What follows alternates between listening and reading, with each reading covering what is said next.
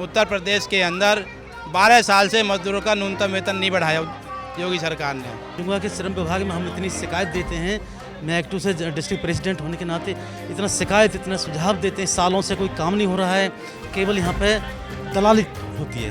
इन उद्योगपतियों को अरबपति और खरबपति बनाते हैं, लेकिन आज भी अपने 26,000 न्यूनतम वेतन के लिए मोहताज घूम रहे हैं। इन्होंने जितने अरेस्ट किए हैं, जितनी चीज़ें की है, वो सब कुछ इलीगल तरीके से किया है। ठेकेदारी लाइसेंस दे दे करके करा रहे हैं, जबकि ठेकेदारी नियमित उद्योग में हो ही नहीं सकती, अवैध है। जो हमारी सीएम है वो जो कहती है ना, शांति सुरक्षा न्याय, कहाँ है शांति, कहाँ है सुरक्षा? यूपीएससीएफ आके हम दिल्ली के रेजिडेंट को उठा के ले जाएगी। नमस्कार, मैं प्रशांत और आप देख रहे हैं इंडिया टाइम 24 न्यूज़। और इस वक्त मेरी मौजूदगी जंतर मंतर पे है, जहां पर आप मेरे पीछे देख सकते हैं कि एक बहुत बड़ा धरना चल रहा है। जिस तरीके से नोएडा में 12 और 13 तारीख को सैलरी के लिए मांग की गई थी, फिर वो धरना किया गया, जहां पर कई सारे हिंसक रूप से भी वो धरना बदल गया था, जिसके बाद कई सारे मजदूरों को, लगभग 1200 मजदूरों को गिरफ्तार किया गया था। और अभी तक उनमें से 100 से 150 मजदूर जो हैं उनको अभी भी रखा हुआ है हिरासत के अंदर, जिसके बाद इन लोगों की मांग जो है लगातार बढ़ती रही है। जिस तरीके से 26,000 वेजेस की बात करी जा रही है, ESIPF की बात की जा रही है, और यहाँ पर क्या कुछ मांगे लेके ये लोग आए हैं, चलिए इनसे बात कर लेते हैं। क्या कुछ कहेंगे? जैसे नोएडा के अंदर सैलरी की मांग की गई, उसके बाद कई सारी चीज़ें हाउस अरेस्ट वगैरह, तो क्या कहना चाहेंगे? इतने बड़े आंदोलन के बाद भी उत्तर प्रदेश की सरकार अपनी गलती मानने को तैयार नहीं है। ट्रेड के साथ बातचीत करके, मजदूरों के साथ बातचीत करके समस्याओं का समाधान करना नहीं चाहती। अभी भी दमन चक्र के जरिए जो है मजदूरों की आवाज़ को दबाने की कोशिश की जा रही है। बड़े पैमाने पे गिरफ्तारी हुई, जेल भेजा गया, अभी भी जो है मजदूरों को बोलने नहीं दे रहे हैं। कंपनी के गेटों पे जो है पुलिस का पहरा है, जरा सा मजदूर अपनी आवाज़ उठाए तो उसके ऊपर लाठीचार्ज हो रहा है, बोलने नहीं दिया जा रहा है। तो अभी भी सरकार जो है अपनी गलतियों को सुधार करके चीज़ों को ठीक नहीं करना चाहती। उत्तर प्रदेश के अंदर 12 साल से मजदूरों का न्यूनतम वेतन नहीं बढ़ाया योगी सरकार ने। 2014 में वेज रिविजन हुआ, उसके बाद 2019 में वेज रिविजन होना था, 19 में भी नहीं किया, इसके बाद 24 में हो जाना चाहिए था, 24 में भी नहीं किया। यानी 12 साल तक मजदूरों के वेतन को सरकार ने नहीं बढ़ाया। तो सरकार की ये गलती रही कि सरकार समय से अगर मजदूरों के न्यूनतम वेतन को बढ़ाती तो श्रमिकों के अंदर इतना असंतोष नहीं होता। श्रम कानून थे, उनका पालन भी नहीं कराया जा रहा था। ना न्यूनतम वेतन था, जो था बहुत कम था, वो भी नहीं मिल रहा था। 10,000 11,000 रुपये तब मिलता था जब मजदूर 12 घंटे काम करता था। सोशल सिक्योरिटी नहीं, ESI नहीं, PF नहीं, आवास की सुविधा नहीं, कोई सुविधा मजदूर को लिए नहीं है। 10,000 रुपये, 12,000 रुपये में एक मजदूर नोएडा जैसे शहर में कैसे ज़िंदा रहेगा? ये बात उत्तर प्रदेश की सरकार की समझ में क्यों नहीं आ रही थी? ये सरकार की गलती थी। सरकार ने अपनी जिम्मेदारी को पूरा नहीं किया और सरकार अब अपनी जिम्मेदारी पे से आज भी भाग रही है। और श्रमिक आंदोलन के बाद चीज़ों को ठीक करने के बजाय उसको बदनाम करने की कोशिश की जा रही है। सरकार द्वारा कहा जा रहा है ये पाकिस्तानी कनेक्शन है, अर्बन नक्सल है, विपक्ष ने भड़का दिया, लेकिन अपनी गलती मान करके आज आप लोग जंतर मंतर पे आए हैं, यहाँ पर धरना दे रहे हैं। अगर इसके बावजूद बात नहीं सुनी जाती है तो आगे क्या कुछ प्लान है? आज वाम दलों ने जंतर मंतर पर नोएडा की घटनाओं को लेकर के जो है विरोध प्रदर्शन किया है, जो चल रहा है अभी भी। और इस प्रदर्शन के बाद अगर सरकार नहीं मानेगी, कल भी जो उत्तर प्रदेश CI2 ने पूरे उत्तर प्रदेश के तमाम ज़िलों में जो विरोध प्रदर्शन किए थे, 16 तारीख को पूरे देश के अंदर उन्होंने जो एक बड़ा प्रदर्शन किया पूरे देश के अंदर नोएडा की घटनाओं को लेकर के। अगर सरकार नहीं मानती है, मजदूरों की आवाज़ को नहीं सुनती है, ट्रेड उनके साथ बातचीत नहीं करती है, न्यूनतम वेतन 26,000 रुपये की जो हमारी मांग है उस पर सरकार बातचीत करे। और जब तक बातचीत नहीं हो रही है तो जो अंतरिम बढ़ोतरी है ये कम से कम दिल्ली के बराबर की जाए, ये हमारी मांग है। क्या कुछ आगे का सोचा हुआ है अगर सरकार अभी भी नहीं सुनती आप लोगों की? तो भाई नहीं सुने, मजदूरों के लिए देखो, हमको जितना न्याय दिलाना हम न्याय दिलाते रहेंगे, न्याय के पीछे लड़ते रहेंगे। जिस तरह का नोएडा में इसके श्रम विभाग की सबसे बड़ी जो कमजोरियां रही हैं, जिस कारण ये माहौल बिगड़ते जा रहे हैं दिन पे दिन। श्रम विभाग का जितना भ्रष्टाचार नोएडा के अंदर है उतना शायद देश में कहीं नहीं है। जिस तरह से नोएडा की जो उद्योग नगरी के नाम से जानी जाती है, तो मैं समझूंगा कि श्रम विभाग में हम इतनी शिकायत देते हैं, मैं एक्टू से डिस्ट्रिक्ट प्रेसिडेंट होने के नाते इतना शिकायत, इतना सुझाव देते हैं, सालों से कोई काम नहीं हो रहा है, केवल यहाँ पे दलाली होती है। 12 सरकार है, गरीबों की सुन रही है, तो लग रहा है कि उत्तर प्रदेश में नहीं सुनी जा रही है गरीबों की। देखो, गरीब अमीर की बात नहीं है, हम तो केवल मजदूर के हित में बात करेंगे। मजदूर का जितना वेतन है, इतना कम वेतन में ना मजदूर का पालन हो सकता है।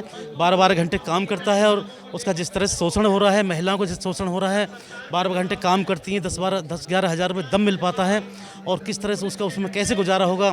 आज की डेट में जो कालाबाजारी चल रही है गैस की, जिस तरह गैस कालाबाजारी चल रही है, उसी कालाबाजारी में लोग रात को 12 बजे 1 बजे लाइन में खड़े होते हैं, अपनी नौकरी वगैरह छोड़ के, अपने काम धाम छोड़ के 300 400 रुपये 500 रुपये किलो गैस पाते हैं। उसमें इस महंगाई में क्या करेगा? अपना घर के लिए भागेगा, अपना भूखा प्यासा मरेगा, क्या करेगा? ये बताओ। क्या कुछ कहेंगे जो आज जहाँ पे आपको आना पड़ा है? पहले नोएडा के अंदर किया गया प्रदर्शन, अब आज जंतर मंतर पे किया जा रहा है। नहीं, नोएडा के अंदर जो प्रदर्शन था वो स्वतंत्र आंदोलन था मजदूरों का, और वो वहाँ के जो है ना माननीय हम कह रहे हैं डीएम साहब के निगाह के अंदर, लेबर कमिश्नर के सामने, और ठेकेदार के लोग जो है ना, जो ठेका कर्मचारी थे, उनको न्यूनतम वेतन नहीं दे रहे थे, ना डबल ओवर टाइम दे रहे थे जो कानून था, ना ही उनको साप्ताहिक अवकाश मिल रहा था, ना बोनस मिल रहा था। वो उबाल उनके अंदर था काफ़ी समय से। उसकी बार बार CI2 जो है ना 26,000 न्यूनतम वेतन की मांग को कर रहा था। आज भी गौतम बुद्ध नगर के अंदर मजदूर एक कमरे में 4 मजदूर रह रहे हैं और अपना जीवन यापन ऐसा बिता रहे हैं कि जैसे एक बंधुआ मजदूर होते हैं, झुग्गी झोंपड़ी में रहते हैं। तो वहाँ पर जो मजदूरों ने स्वतंत्र आंदोलन किया था और पुलिस का जिस प्रकार से उनके ऊपर लाठी चार्ज और दमन हुआ है, और उससे मजदूर ज़्यादा आक्रोशित हुआ है। उसमें हमारे तमाम जो है ना CI2 संगठन भी उसकी निंदा कर रहा है कि पुलिस के ऊपर, और C2 के जो प्रतिनिधि उनके अगर मजदूरों की सुरक्षा मतलब उनके समाधान के लिए आगे निकल के आए, तो उनके ऊपर भी जो है ना नज़रबंद किया गया, हाउस अरेस्ट किया, गिरफ्तारी की गई।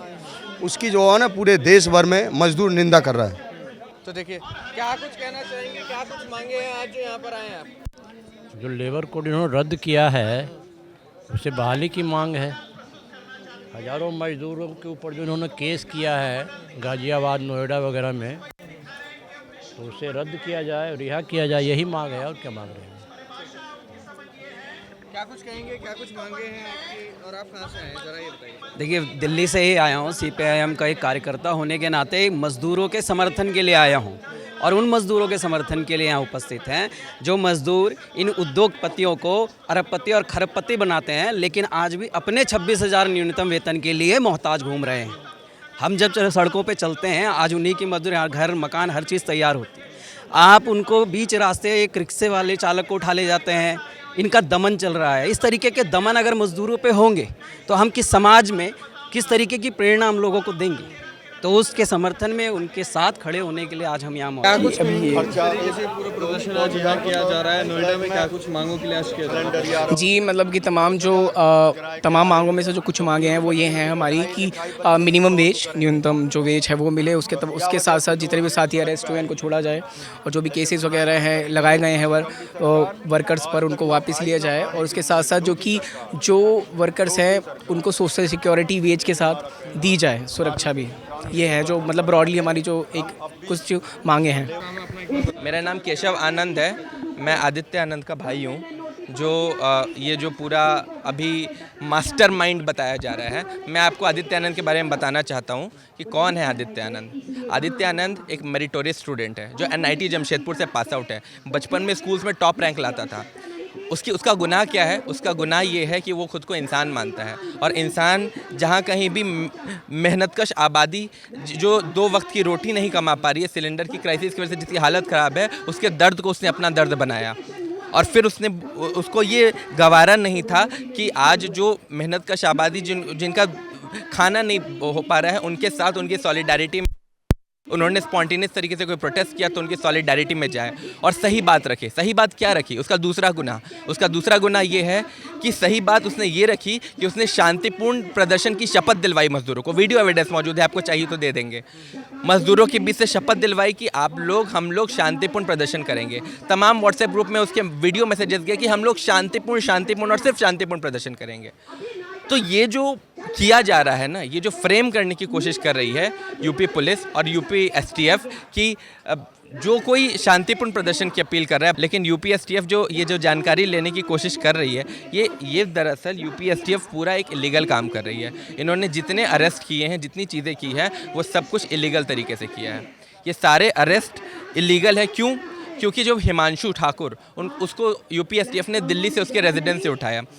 कोई सर्च वारंट नहीं, कोई अरेस्ट वारंट नहीं, दिल्ली पुलिस का कोई इन्वॉल्वमेंट नहीं, सीधे आती है यूपी पुलिस, उनके घर पे जाती है एसटीएफ, उनके सारे डिवाइसेस ले लेती है, उनको एबडक्ट करके सीधा यूपी ले जाती है, सारे लॉ एंड ऑर्डर की धज्जियाँ उड़ा दी जाती हैं। क्या कर रही है यूपी पुलिस, क्या कर रही है हमारी रेखा गुप्ता सरकार, जो हमारी सीएम है, वो जो कहती है ना शांति सुरक्षा न्याय, कहाँ है शांति, कहाँ है सुरक्षा? यूपी एसटीएफ आके हम दिल्ली के रेजिडेंट को उठा के ले जाएगी। आनंद को जब तमिलनाडु से गिरफ्तार किया गया, कोई फॉर्मेलिटीज फॉलो नहीं की गई। एसटीएफ लेके आती है नोएडा में, 15 लोग एक कमरे में, पुलिस स्टेशन से कहीं दूर 15 लोग लात घूंसों से पीटते हैं ब्रूटली मेरे भाई को, उनके ब्रूजेस हैं उनके वहाँ बॉडी पे। आपने बताया कि आपके भाई ने पहले ही वीडियो बना के बोल दिया था कि शांतिपूर्ण तरीके से करना है। कई वीडियोस बनाई हैं। हिंसक में कैसे बदल गया? ये तो जांच का विषय है ना, और जांच कौन कर रही है? UP police. मैं आपको बताता हूँ, ऐसे व्हाट्सएप ग्रुप्स हैं जिसमें जो हिंसक मैसेजेस आए हैं, हमने उन नंबर्स पे कॉल किए हैं। आपको जान के ताजुब होगा वो कौन थे। एसआई बीना, यूपी पुलिस नोएडा की, मेरे पास रिकॉर्डिंग मौजूद है, आपको सुना दूंगा। दूसरा डीसीपी का ड्राइवर, और ऐसे न जाने कितने लोग हैं जो पुलिस के लोग मजदूरों के व्हाट्सएप ग्रुप में घुसे हुए हैं और इस किस्म के इंस्टिगेट करने वाले मैसेज डाल रहे हैं कि ये जो वायलेंस है, चक्का जाम कर दो, मोदी आ रहा है, ये कर दो, वो कर दो। ये पुलिस वाले मैसेज डाल रहे हैं। अभी कारवां का एक वीडियो आया है जिसमें एक मजदूर बता रहे हैं, मदरसन कंपनी से रात को जब नाइट शिफ्ट करके मजदूर बाहर निकल रहे थे, पुलिस ने बोला कि आप लोग अंदर ही रहिए, बाहर आके अब तुम लोग दंगा फैलाओगे। मजदूरों ने जब ये बोला भाई हम लोग रात की ड्यूटी के, हम लोग घर जाना चाहते हैं, उसने पुलिस वालों ने महिलाओं पर लाठीचार्ज कर दिया वायलेंस इंस्टिगेट करने के लिए, कि मजदूर पलट के कोई वायलेंट एक्ट करे। तो ये किसने इंस्टिगेट किया है? हम चाह रहे हैं कि सुप्रीम कोर्ट इसके लिए एक उच्च लेवल की कमेटी बनाए और इसकी न्यायिक जांच हो। और हमें यूपी पुलिस पे कतई, यूपी पुलिस हम नहीं, हमारा ये अभी हमें ऐसा लगता है और हम ये चाहते हैं इसकी पूरी जांच की जाए, क्योंकि ये सारे प्रमाण तो यही बता रहे हैं। फ़ोन करने पे व्हाट्सएप ग्रुप में जो इंस्टिगेट करने वाले मैसेज डाल रहे हैं वो पुलिस वाले डाल रहे हैं। इससे क्या मैं समझूं? मैं कोई गोदी मीडिया नहीं हूं जो जाके मेरे भाई को अभी सारा मीडिया ट्रायल चला के दोषी बता दे रहा है। मैं बस ये कह रहा हूँ कि हाई लेवल एक कमेटी की जाँच होनी चाहिए। दूसरा, मेरे भाई पर जो पूरी मीडिया ने जो किया है ना, मास्टरमाइंड और ये पता नहीं क्या, तो मीडिया को ही दे देना चाहिए ना ट्रायल। क्यों हमारे देश में कोर्ट है, क्यों हमारे देश में सुप्रीम कोर्ट है? मीडिया को ही दे देना चाहिए ट्रायल। मेरे घर मेरी माँ को लगातार एंजाइटी अटैक्स आ रहे हैं, पैनिक अटैक्स आ रहे हैं। क्यों? क्योंकि तस्वीर में मेरे भाई की तस्वीर ऊपर लिखा हुआ है बड़ा बड़ा मास्टरमाइंड। तो क्या इन पर एक्शन नहीं लिया जाना चाहिए? ये जो झूठ फैला रहे हैं और मेरे भाई को ये बदनाम करने की कोशिश कर रहे हैं, मैं आपके माध्यम से और आपके चैनल के माध्यम से बताना चाहता हूँ, आदित्य आनंद से कोई एक बार जाके मिल ले, उसको पता चलेगा वो कैसा इंसान है। उसको दर्द होता है। कोई अगर मजदूर, कोई बच्चा अगर भूख से मर जाता है ना, उसका यही गुनाह है कि वो खुद को इंसान मानता है। सर, क्या कुछ आज उद्देश्य है यहाँ पे धरना देने के लिए, और क्या कुछ वजह है जो आज यहाँ धरना दिया? ये जो दमन हुआ है ना नोएडा में, उसके खिलाफ ये धरना है। और हम मांग कर रहे हैं कि जो तानाशाही हुई है, जो दमन हुआ, जो उत्पीड़न हुआ मजदूरों का, उसमें जो अधिकारी जिम्मेदार हैं उनकी जांच बिठाई जाए, उन्हें सस्पेंड किया जाए, उनके खिलाफ कार्रवाई की जाए। लेकिन सर, सवाल ये भी उठ रहा है कि जो मजदूर उस समय प्रोटेस्ट में थे, उन लोगों ने भी दंगा करने की कोशिश की है। लाठीचार्ज जब होने लग रहा था, पत्थर वगैरह भी मारे, और जो ऑफिस थे उन पर भी पत्थर मार के कांच वांच तोड़ने की कोशिश की। कहीं कोई जितनी वीडियो देखोगे, सब में उनके जो लीडरान हैं, जो उसको लीड कर रहे थे, सब शांति की अपील कर रहे हैं। ये तो उनके असामाजिक तत्व हैं। पुलिस के प्रशासन के लोगों ने आंदोलन को बदनाम करने की नीयत से वहाँ पथराव करवाया और फिर मजदूरों पर लाठीचार्ज किया, उनकी गिरफ्तारियां की, उनका दमन किया, उन्हें कुचला और उनकी गिरफ्तारियां छिपाई। 1200 गिरफ्तार कर दिए, दिखाए 100, और 24 घंटे से ज़्यादा डिटेन नहीं कर सकते 151 में। 5-5 दिन उन्हें अवैध हिरासत में रखा गया। जब हमने वो संख्या मीडिया को बताई, उसके अगले दिन जाकर के उनकी रिहाई हुई है। कितने लोगों को अभी तक रखा हुआ है और अभी कितने लोगों को? अभी 100-150 के लगभग लोग अंदर हैं जो बीएनएस की गंभीर धाराओं में बंद हैं। उनकी बेल वगैरह हमने मूव करी है और उसमें सोमवार में सुनवाई है। लगभग 1100 लोगों को अभी तक छोड़ दिया गया। लेकिन आप जैसे कह रहे हैं कि जिस तरीके से वहाँ पे हुआ था, गाड़ियाँ जलाई, सब कुछ किया, तो वो पुलिस की साजिश थी उसके अंदर? उसमें कुछ असामाजिक तत्व थे और उसमें सुनने में आ रहा कि इन्हीं लोगों ने उनको बढ़ावा दे करके आंदोलन को बदनाम करने की नीयत से, क्योंकि ये सरकार एकदम जाहिर तौर पे बिल्कुल मालिकों के साथ खड़ी है। इनके रिवीजन की मांग आज की नहीं है, 10 साल से रिवीजन की मांग हो रही है। और नोएडा बहुत महंगा शहर है।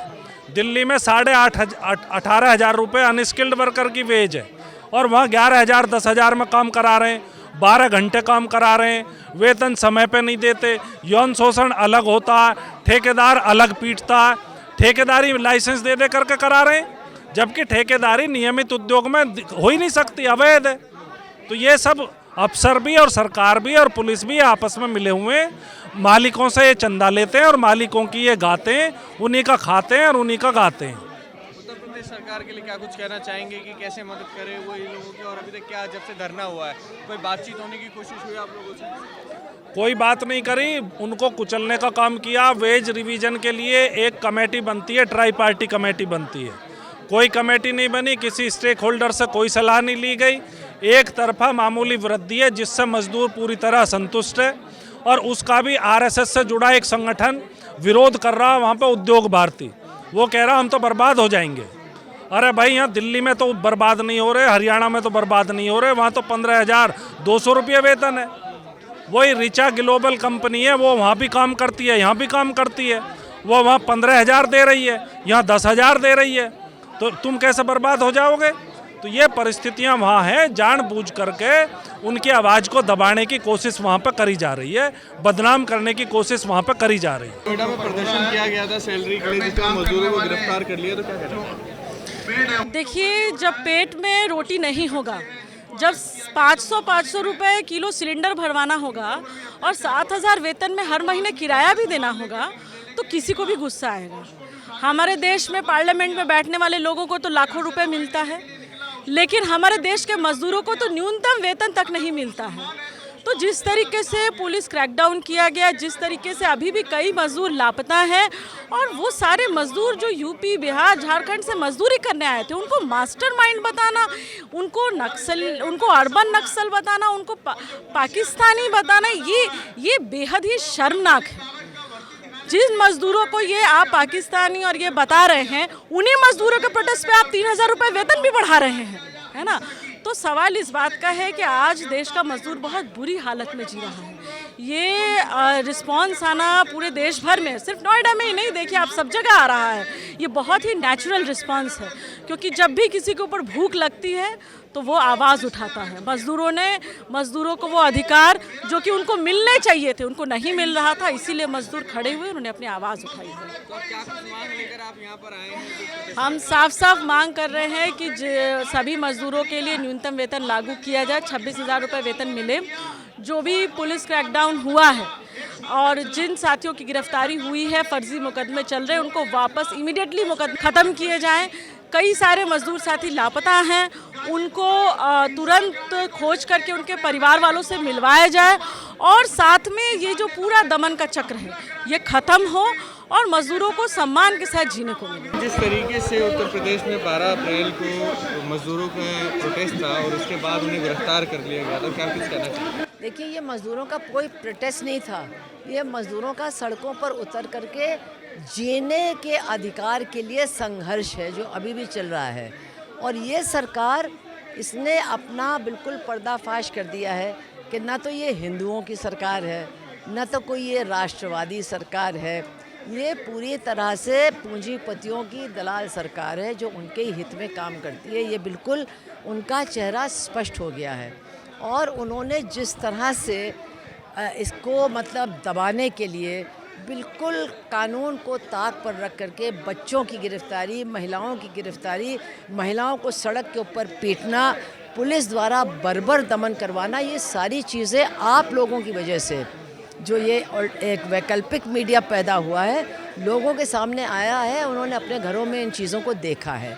तो इससे क्या हम लोग नतीजा निकाल रहे हैं कि इस समय जो सरकार पूरी तरह से सोच रही थी कि मज़दूरों को ग़ुलाम बना करके बड़े बड़े पूंजीपतियों के यहाँ उनसे हम बहुत कम पैसों में काम करवाएंगे, ये उनका जो इरादा था ये पूरी तरह से फेल हो चुका है। क्योंकि सबसे पहले ये आंदोलन अदानी की ही रिफाइनरीज़ में शुरू हुआ, सिंगरौली में और दूसरी जगहों पर, और वहाँ पर उन्होंने बहुत ज़बरदस्त तरीके से लड़ाई लड़ी।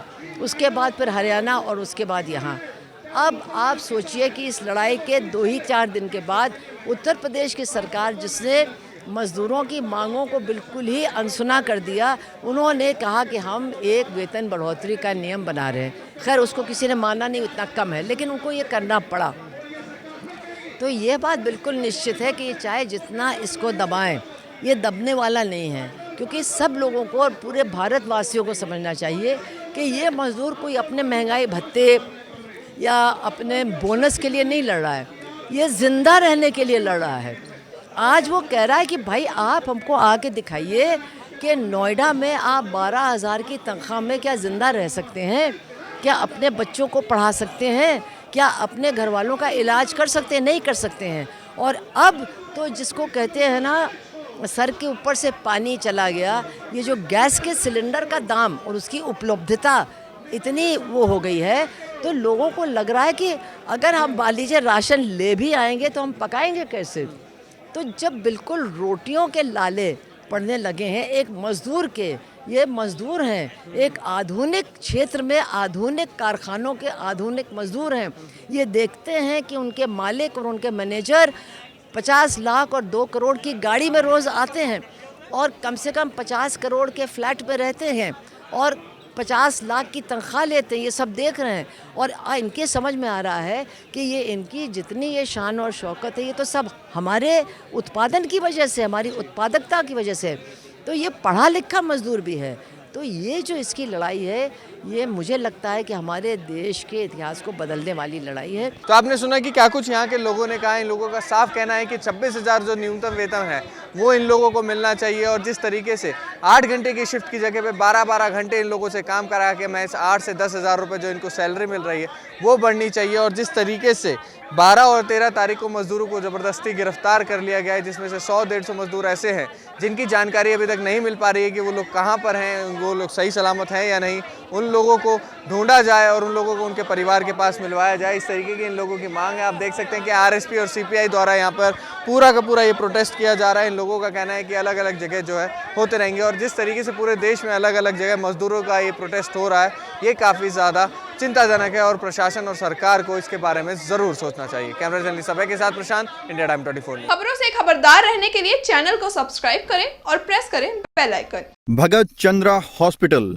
विश्व की सभी आधुनिक और बुनियादी सुविधाओं से परिपूर्ण एक world class multi speciality hospital, Mahavir enclave Palam डावडी रोड पर स्थित साउथ वेस्ट दिल्ली का एकमात्र मल्टी स्पेशलिटी हॉस्पिटल, जहां 24 घंटे आपकी सेवा में उपलब्ध हैं वेल क्वालिफाइड डॉक्टर्स और हेल्पिंग स्टाफ। डॉक्टर CM भगत द्वारा स्थापित भगत चंद्रा हॉस्पिटल आपकी सेहत का ख्याल रखना ही इसकी प्राथमिकता है, वो भी अफोर्डेबल रेट्स में।